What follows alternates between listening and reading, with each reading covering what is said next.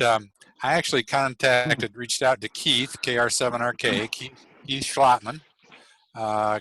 Keith lives in southern Arizona. He's the treasurer for 1010 International. And he was supposed to be, like many of us, at the Dayton Ham Fest this week. But due to the virus, that didn't play out. And so this kind of maybe helped fill a little bit of his extra time. Not that he has a lot of it. But Keith's a soda guy. Summit's on the Air. He's a 10-meter guy. He's into a little bit of everything, but I know that he's passionate about 10 meters. And with a lot of our new licensees, man, that's a band they often forget about, and it has been wide open lately in the afternoon. So I would like to shut up and turn it over to Keith, and Keith, let you do your thing. Take it away. And if I missed anything in the introduction, go ahead and embellish yourself. Okay, well, thanks, John. Yeah, and I'm excited to do this particularly because I am missing Dayton sorely. I would have been on an airplane tomorrow morning, and then we have a booth for 1010 International every year at the Hamvention, and so it doesn't feel quite right this week, knowing that it's not going to happen. So excited to be here with you guys. It sounds like you got a great club and being active. Basically what I want to do tonight is just talk about 1010 and 10 meters in particular, more than 1010, but it's hard for me to separate the two. When I first became licensed was in the early 1990s, and of course 10 meters. I actually got a novice license first, and a Tech at that time, Tech Plus. And 10 meters had some good openings, and I got active on 10 meters, and somebody that I talked to was asking for a number, and I didn't know what he was talking about. And next thing I knew, he sent to me in the mail a copy of a newsletter and said, "You really ought to join this organization." So I did, and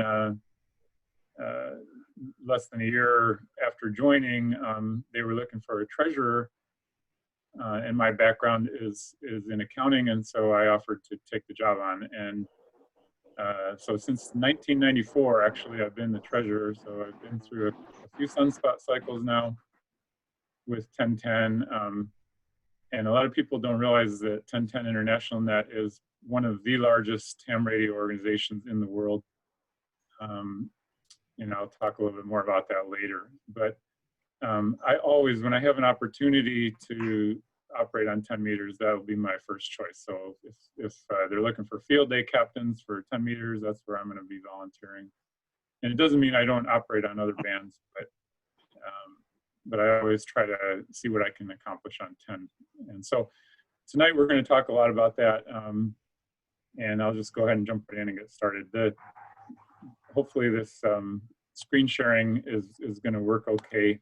So 10 meters is the widest HF amateur radio band out there. There's many different bands, as you probably know. And when I say it's the widest, I mean we have close to 2 megahertz of spectrum allocated as primary users to amateur radio operators. That's a huge amount of real estate in the RF spectrum.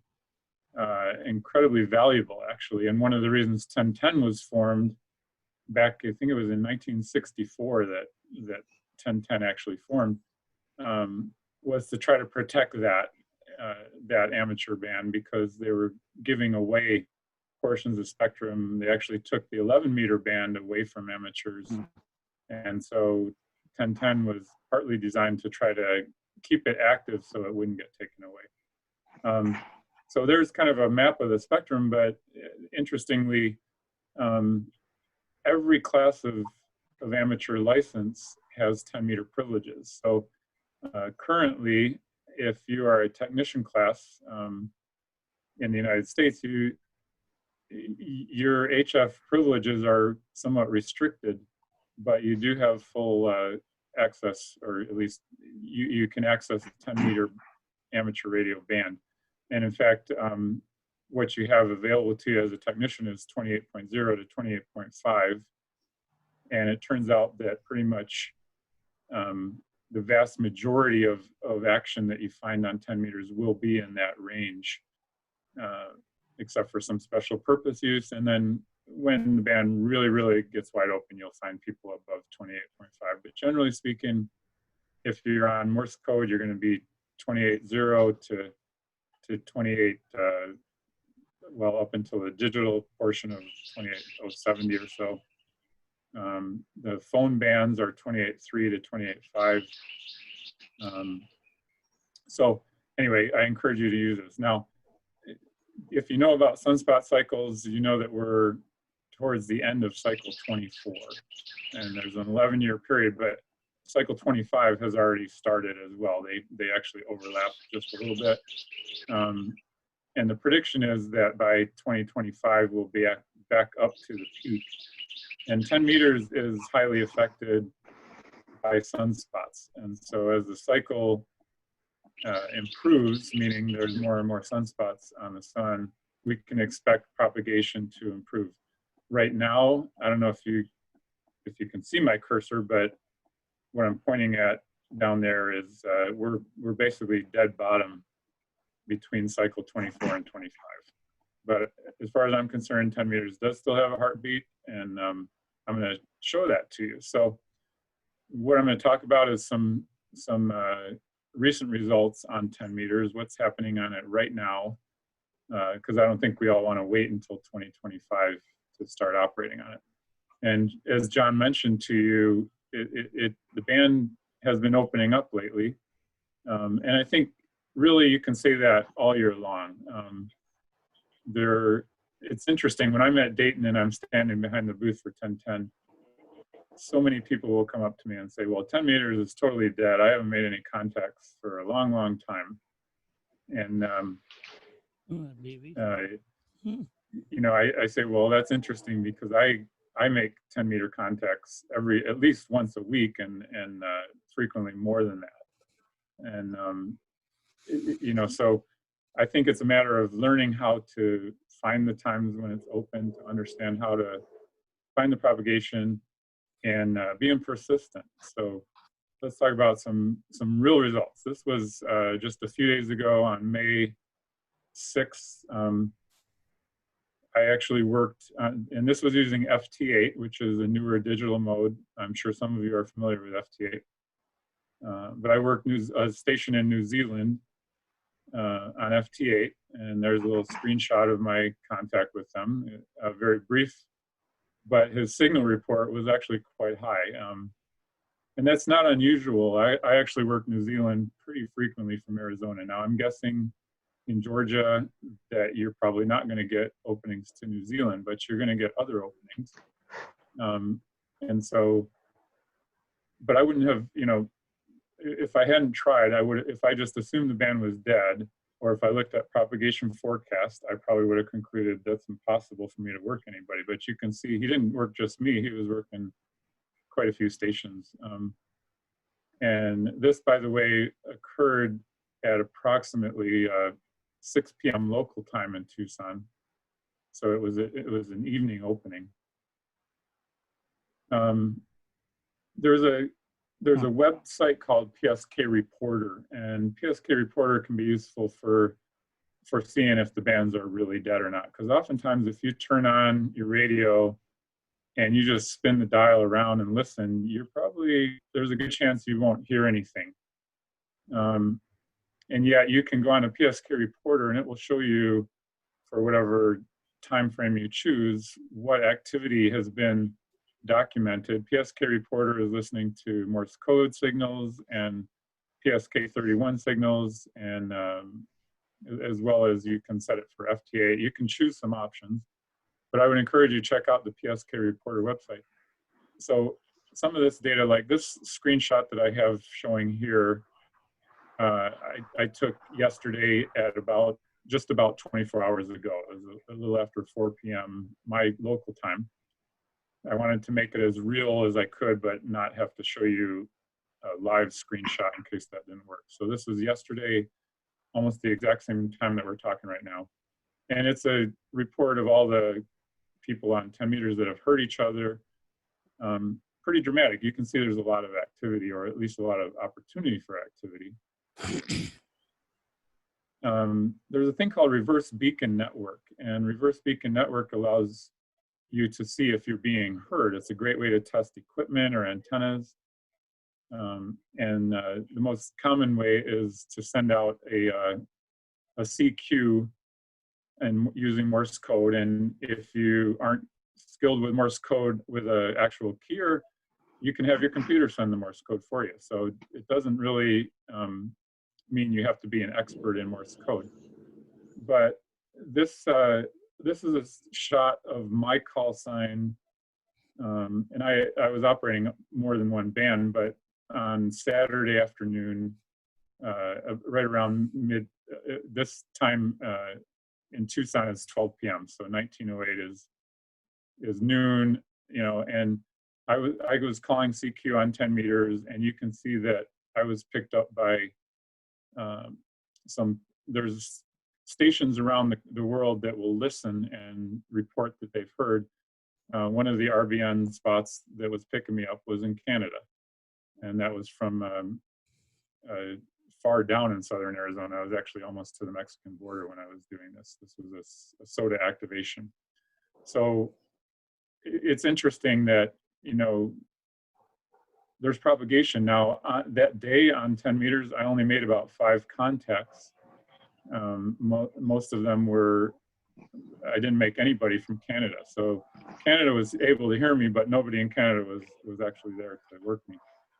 Now, if you look towards the top, I don't know how well you can see it, but I actually did this same exercise yesterday. I ran out to my car in the parking lot from work and sent CQ for about 10 minutes. And the reverse beacon network picked me up. And I came back inside and took a screenshot of this, you know, of the web page to put up on the presentation here.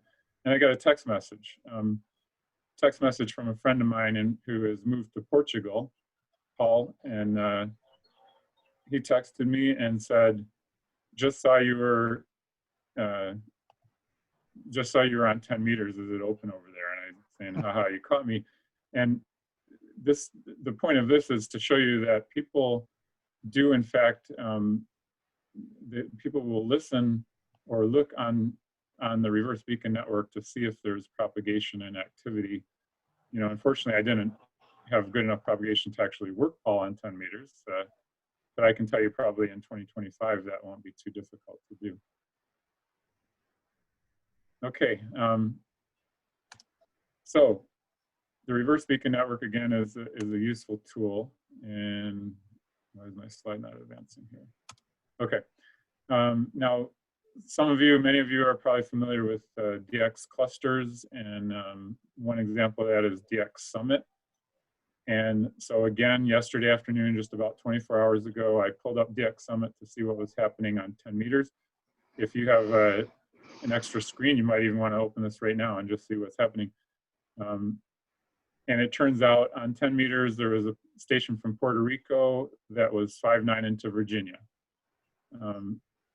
So despite people saying, you know, band conditions are horrible and there's no sunspots and woe is me, there is activity for people that are willing to go out there and look for it. And you know, Virginia isn't too awfully far from Georgia, so maybe you guys there would have been able to work Puerto Rico from your home station there.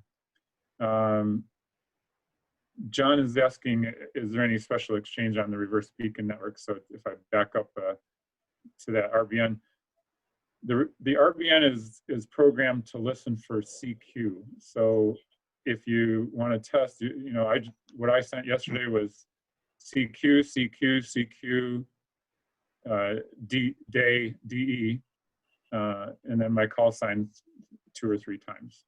So if I say CQ, CQ, CQ, day KR7RK, KR7RK, KR7RK, it'll very likely pick you up. Now, you don't know which stations are always live. If you go on the website, it tells you which RBM computers are actually listening right now. So, but yeah, that's a good question. And there is an option to listen for like FT8 as well. Okay, so that's the cluster. You know, as you can see, I'm kind of encouraging you to use technology to increase your odds of finding when the band's open. Now, if you're fortunate enough to have a software-defined radio, that could include any, like an ICOM 7300 that has the display. Um, you know, you have not just the audio, but you actually have a visual representation of what is out there. So I took this less than 30 minutes before we started from my, it's actually a remote, I logged in remotely to my house just to see, and what I discovered was that my clothes washing machine was operational, because that's that 28.400 signal you see there. Unfortunately, that is not it's not somebody's upper sideband signal. But you know, 10 meters was pretty quiet at that time. I'm kind of guessing that again this evening around 0100, maybe 0200, there's going to be some action. Last night I was working California stations on 10 meters about 0200.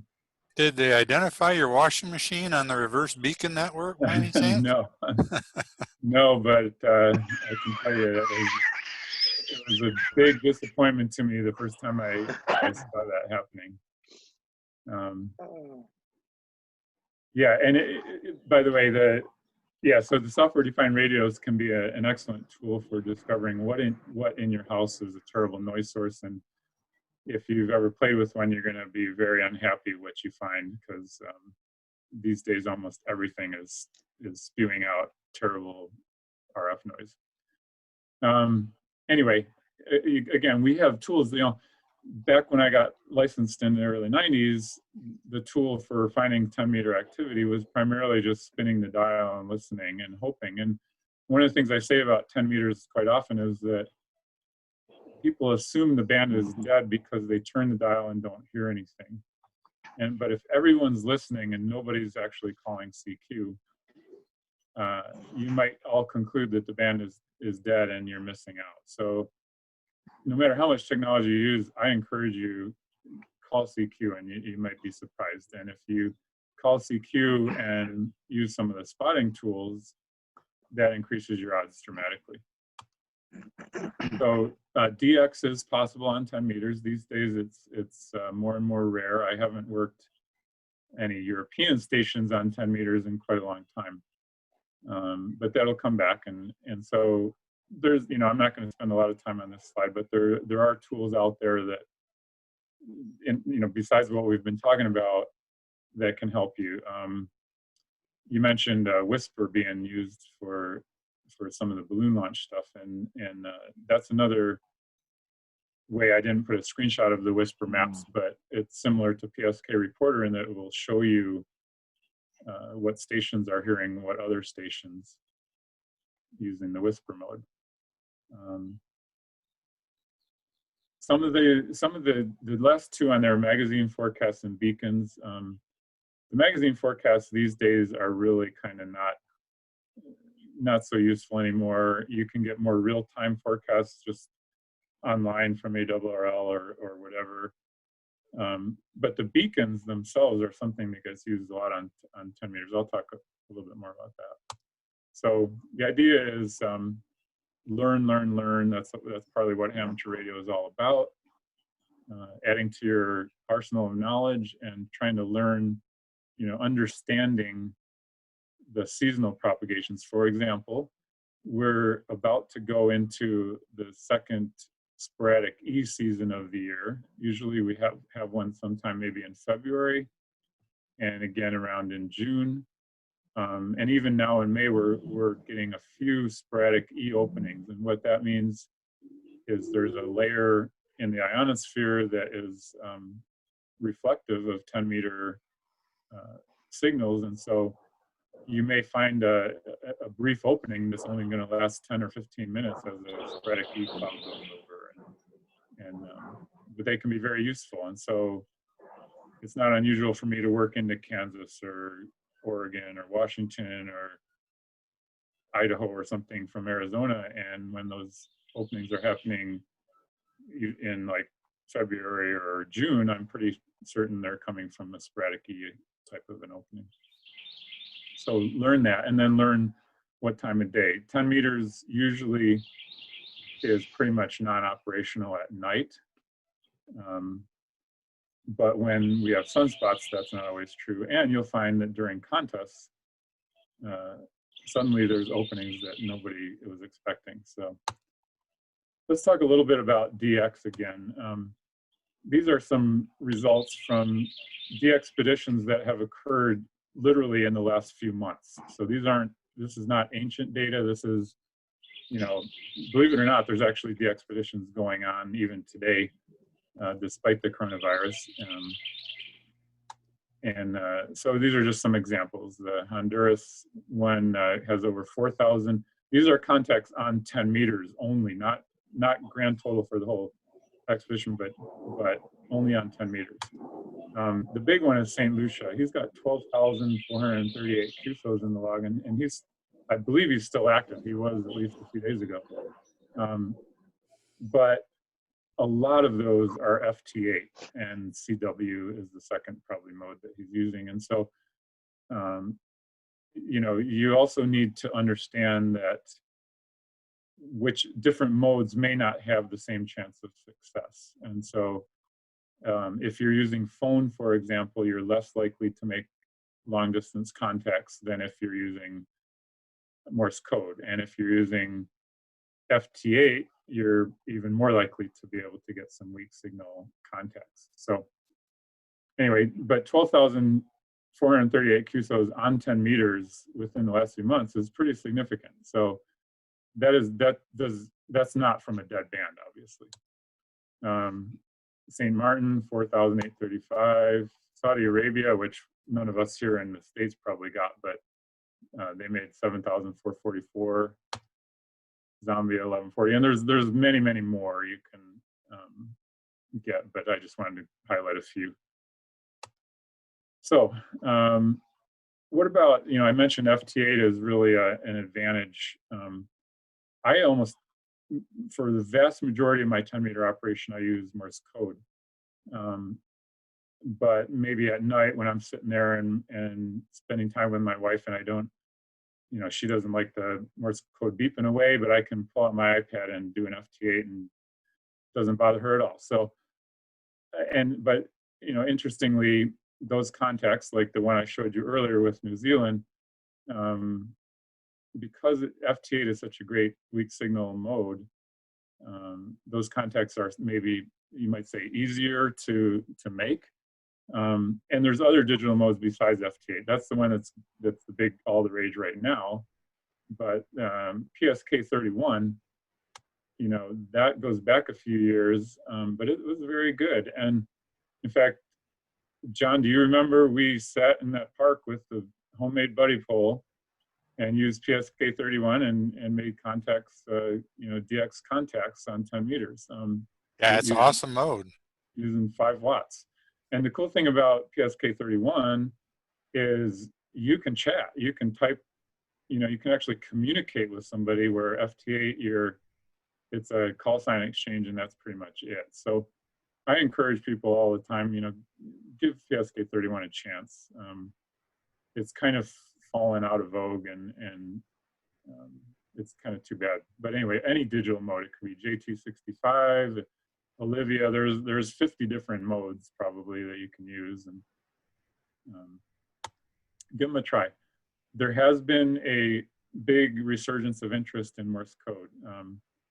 And a lot of that has to do, people often say it's because it's not a license requirement anymore. But I actually kind of suspect that it's also partly because there's so many computerized methods now to send and receive and decode. And that can actually help you learn. I can tell you that, my learning of CW began by listening to Gordon West's, cassette tapes. But I really, really learned it by running contests using a computerized which, you know, probably at field day, you see those, the guys run an N1MM and they just hit F1 and it sends a CW report. But if you do that enough and you listen to it, eventually you start learning it. And so I encourage people to use the code readers, use the keyboard generators, and make the contacts, and eventually you learn it. And a CW signal is so much more efficient in getting through when signals are weak. So I'm not in any way against phone. I love operating phone, and I have more countries worked on phone than on code. But I still think Morse code, when conditions aren't as solid, Morse code is going to be a better, and it's a lot of fun once you get the hang of it. So give it a chance. And then this is on the 1010 International website, we have a beacon list.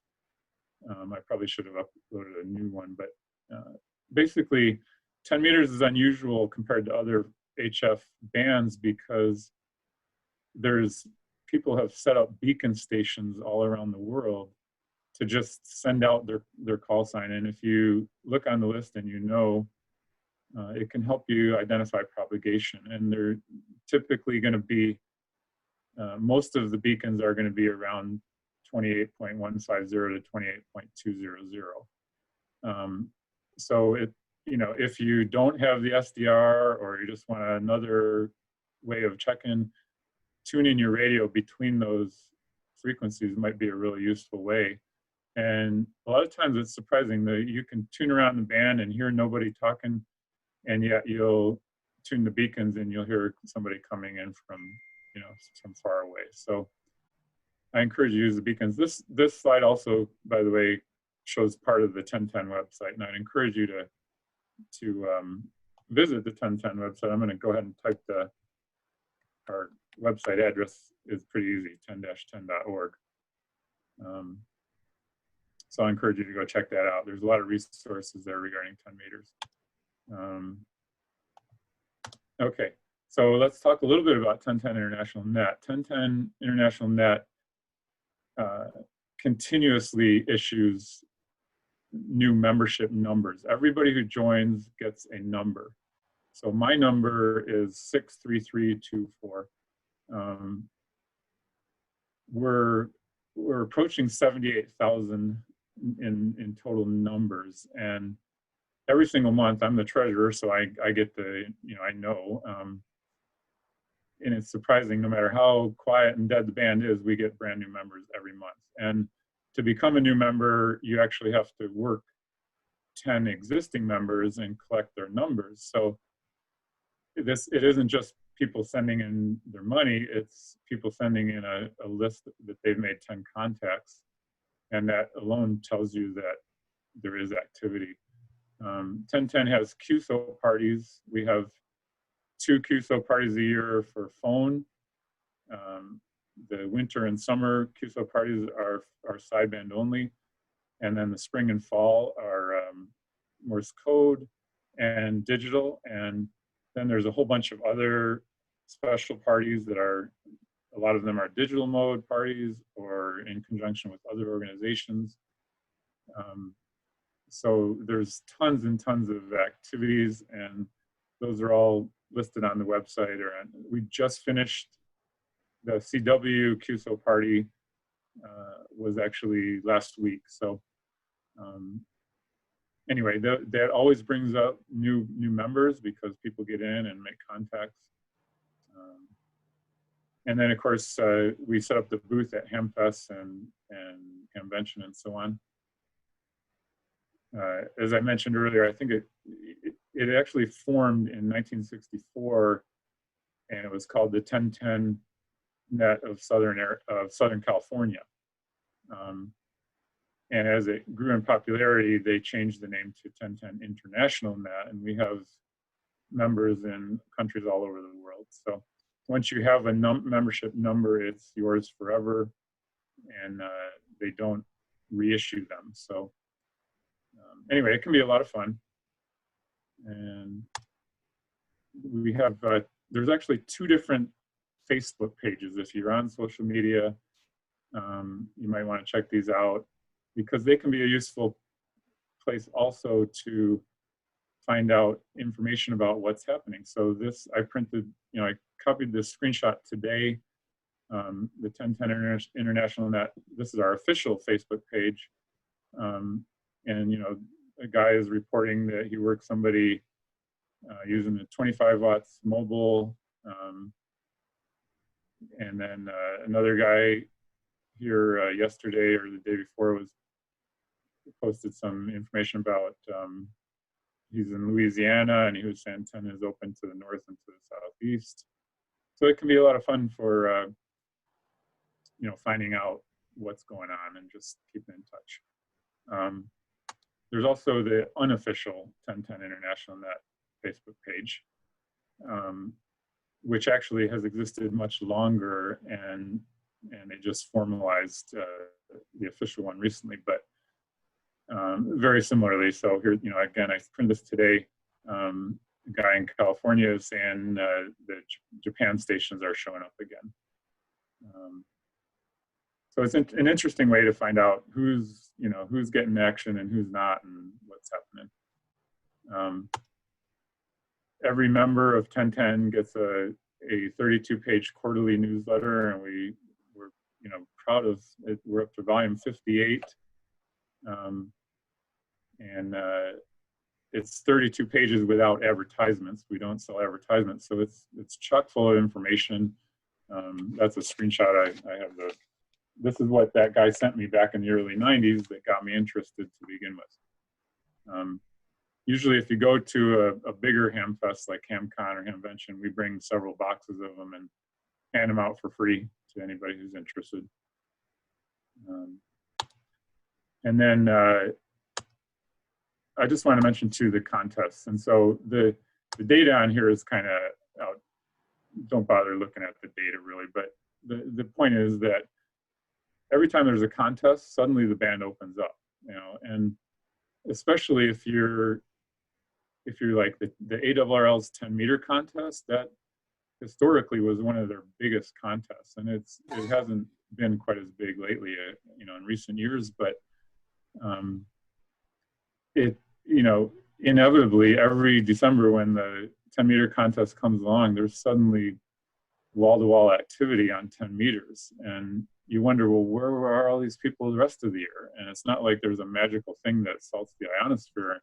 It just happens that when people get on, they make contacts. So I always just use that as a, if you feel like you're having trouble finding action on 10 meters, then look for a contest. And between the 1010 contests and the ARRL and a few others, there's always stuff going on that you can take advantage of contests. So if you are a newer 10-meter operator, you might be saying, well, where should I, look for action? And so this slide kind of just shows some of the general frequencies that are more common. A lot of times when the band is quiet, at least stateside, we'll use 28.050 for CW. DX tends to be lower, and or like when I'm on my summits on the air, I'm always on 28062 pretty much. FT8 and FT4, of course, have their own kind of frequencies and so on. So there is action all throughout the band. And so my final slide is just kind of asking, given that 10 meters does have potential, what will you do to get on and enjoy it? And I think probably the #1 piece of advice I can give people is to call CQ. I'm as guilty as anybody else. A lot of times I'll just spin the dial and listen and see who's calling and maybe respond to somebody calling CQ. But if you actually, grab your microphone and call CQ, or grab your paddle and send out the code. And it maybe you have to do it for 10 minutes. Sometimes you have to be patient, but figure that there's other people that are spinning the dial, and they're going to come across you eventually.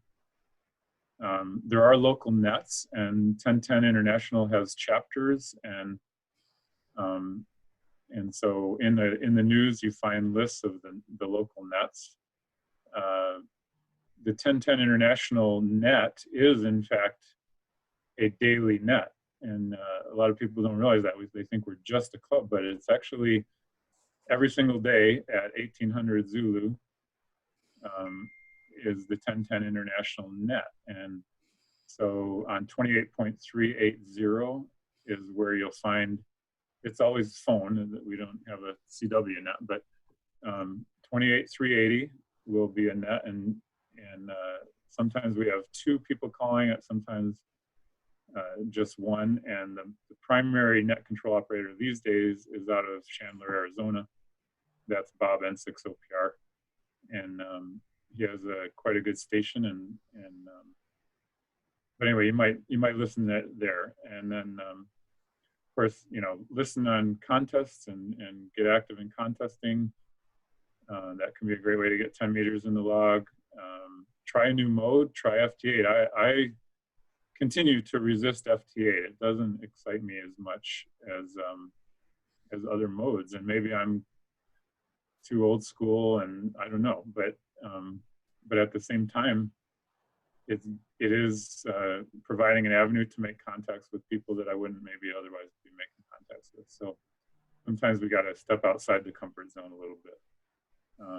Try some new technologies out, maybe even buy some new equipment. The radios nowadays are so much more sensitive, and they're receiving better, and you can have the spectrum display and so on.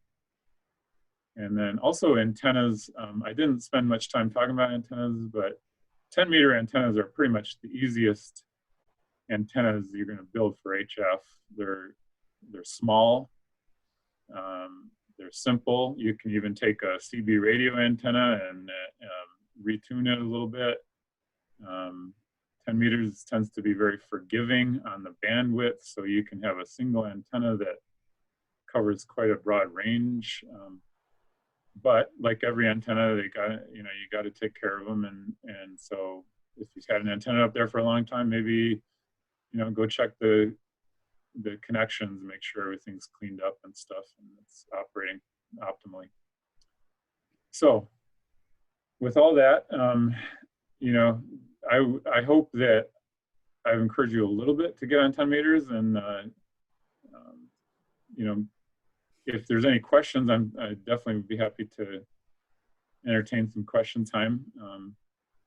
But most of all, I hope that I can work some of you guys on 10 meters. And by the way, when I was in Atlanta, Georgia at the very end of February and early March, right before the virus shutdown occurred.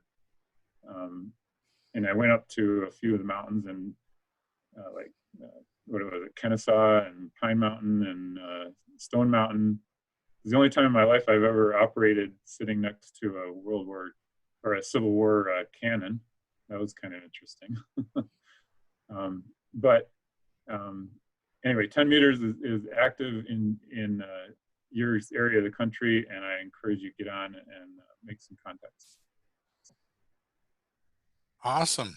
Awesome. Anybody got any questions for Keith? If you do, go ahead and go to the lower left-hand corner of your screen and unmute yourself and ask away.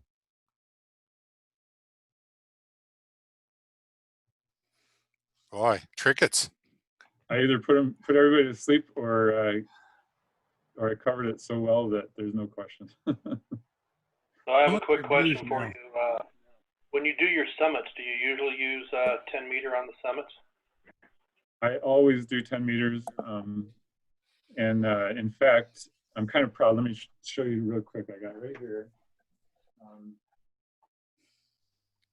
So this award, if you can see it, is called the Mountain Goat Award. Oh my God. And I was actually the first person in the world to achieve a mountain goat on just 10 meters. And what that means is you have to, in order to qualify the summit in order to qualify the summit, you have to work at least 4 contacts. And there have been summits. In fact, I didn't know that for a long time. And so sometimes I would make 2 or 3, and on 10 meters, I like to operate all the HF bands I have time to operate when I go on a summit. But what I didn't realize was if you want to, get the mountain goat for a specific band, you have to work 4 contacts on that band. You can't work 3 on 10 and 1 on 20 and say it's qualified. So I actually thought I got the mountain goat much earlier, and they pointed out to me, no, you have to actually, get the 4. So then I made it a mission, and so it took a long time. And but what I find is, sometimes it's only local people. Oftentimes I'll get 1 or 2, maybe, not local, but not like DX. And then every once in a while, in fact, one of my top chasers, they call, is a guy from New Zealand, ZL1BYZ, and I've worked him many times on 10 meters. And we always enjoy just seeing how high we can go. So,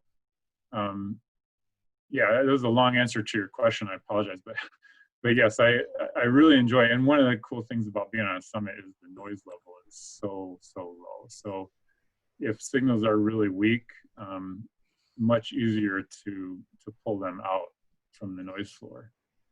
And I definitely have a lot of fun. It's not unusual for me to, and people have kind of learned this about me when they know I'm activating. In the SOTA program, you alert people that you're activating. I'll typically start on 10 meters. And so sometimes as soon as I've started, I've made the contacts because people are literally sitting there waiting for me to show up. And so part of it is if you become active, then people know you're active and they're gonna help you out. Well, congratulations on that. That's unreal. That's pretty impressive for somebody like me who dabbles in summits to get a mountain goat award for anything, but on one band. That's amazing. That's amazing. That's great. So now I'm working on 12-meter mountain goat. Holy smokes! That's another.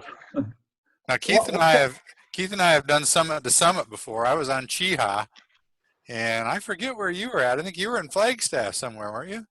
Oh man, I don't remember, to be honest. Yeah, no, you're right. I was actually I remember because we talked on the phone later that day. I was on the high point of Arizona, which is Humphreys Peak. Yeah, so we went highest point in Alabama to highest point in Arizona. Yeah. What kind of antenna do you use when you summit? For summits on the air, I use a off-center fed dipole, and I set it up as an inverted V. Okay. I use a push-up mast that goes to about 20, maybe 22 feet. And I try to keep the ends of the V as high. My goal is to get them at least 6 feet off the ground. So I have strings tied to the end of the antenna wire, and that's what I'll, and then the strings tie off to, in Arizona, we actually don't have trees like you guys have. So usually what you have to do is find a cactus, or tie it to a rock somewhere, or it can be it's a little different how we have to set it up. But I don't always get the ends that high, but I've kind of over time learned that if I can keep the ends of the V at least 6 feet off the ground, I'm going to get a little bit better propagation, or not, a little bit better. My signal gets out a little bit better. Well, I'm a POTA hunter, and I've noticed lately that a lot of the activators are going down to the 10 meters more and more, and I keep saying I got to put another wire on my multi-band dipole out here so I can talk to them. Yeah, and so that's another interesting. A 10-meter antenna is very reasonable size, and as I said, so it's not hard, but a lot of times you can use a tuner on almost any antenna and get them tuned, get it tuned. It just may not be an efficient antenna, but 10 meters is very forgiving when it comes to the antenna. And you may have heard old timers saying, "Oh, I remember, back in cycle whatever, I could work the world on a wet noodle," and it's almost true. Your antenna is nowhere near as important on 10 meters as it might be on some other bands, and especially when conditions are good. Hey Keith, what do you know the episode number where your summit activation video on Ham Nation? Do you know the episode number that's on? If somebody wanted to learn a little bit more about summits, that was a good video that you did that they put on there. I don't remember, but I will offer. So my forum at Dayton this year was not going to be this one on 1010. It was actually Summits on the Air. So if you guys decide, get some other presenters in over the next few months, but at some point, if you decide you want to Summits on the Air, I have a good presentation all set for that. Yeah, the one on Ham Nation wasn't really it was more just showing, the hike and the setup and stuff. Or it's on my YouTube. I have it on YouTube as well. If you search my name on YouTube, you'd probably find there's two versions, because on Ham Nation, they don't allow music. So I had to create one that had no music. Okay. That's a good one to They also have a time limit, so I had to edit it down to a shorter.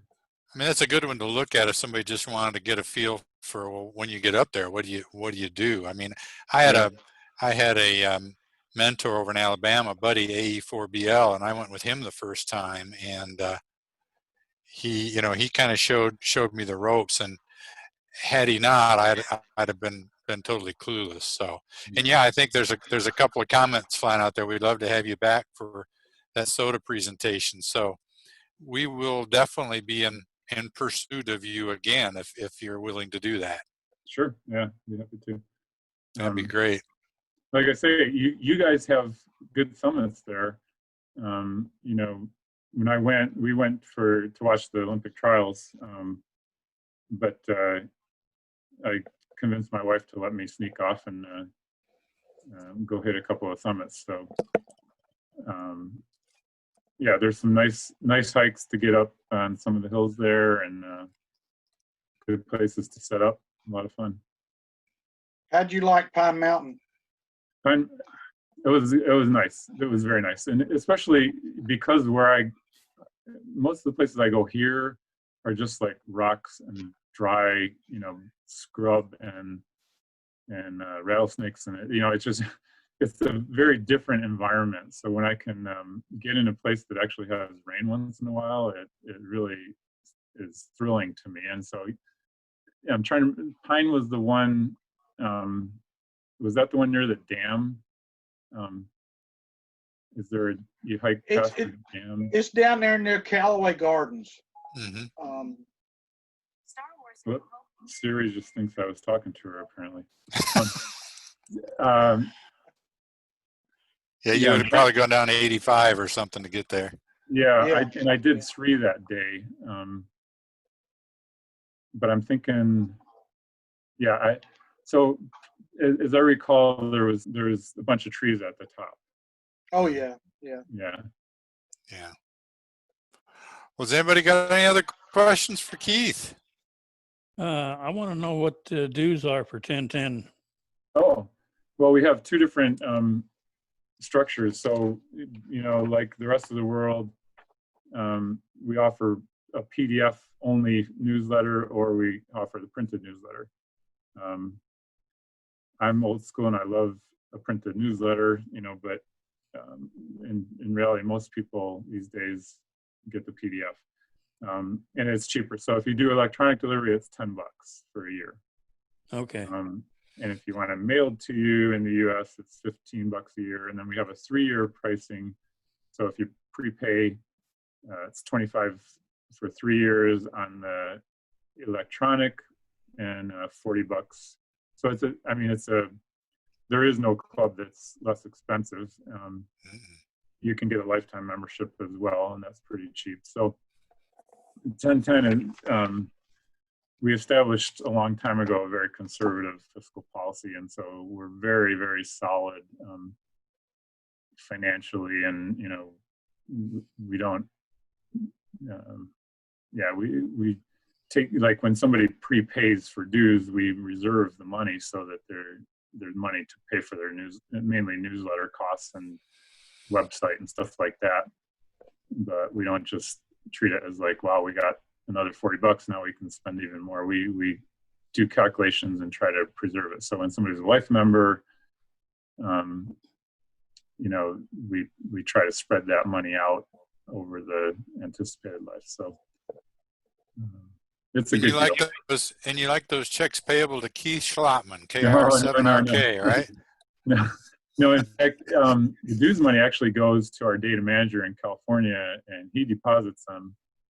And that way it keeps me, it's a segregation of duties thing where, I'm not the one that is receiving money and managing money at the same time. So it's a good system. Like I say, you do have to work the members to join. So sometimes at HamFest lately, the president will do an instant qualification if it makes sense. And so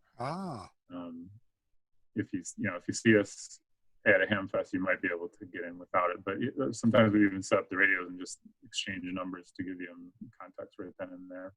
Well, I've heard that Huntsville is going to do their HamFest this year. Are you guys going to be at that? Yeah, we definitely will be at Huntsville. Usually Huntsville, Orlando, HamCon, and Hamvention are the majors that we do. I don't go. I normally only go to Hamvention out of that list, but and then locally, if people want to do a local HamFest, we make arrangements to help out with that and get some supplies and things. But yeah, we should be at Huntsville. Cool. And I hope it goes down. Yeah, I hope. Yeah, really. Well, At Keith, one time there was a local chapter there in Atlanta, but it got dissolved several years back. Okay. Well, Yeah. Keith, I want to thank you for taking the time, and this has been extremely interesting, and I think we will look forward to in the future getting you on here for summits. We got a couple of folks that joined us tonight. There's Chuck up in Indianapolis, N9 CFH. Chuck used to be he was a longtime member of WGARS, so good to see you on, Chuck. And there's Ben, W3BLT, who we talked to as he goes to work over at the University of West Georgia. So good to see you joining us, Ben. And then we've got Ken Hefner, who is, I think he's studying for his exam. So we're glad to see you. And then I think WH6A out of Arizona somewhere. So, Dan's from Florida, Richard says. Okay, Florida. Very good. So, and my son even joined tonight. So, KI4FMV. So, that's shocking. But anyway, Keith, thank you so much. You bet. Thank you, guys. Come on out Saturday for our balloon launch, or if you can't be here, which I doubt you can, watch for us on aprs.fi, I guess, W4FWD-something.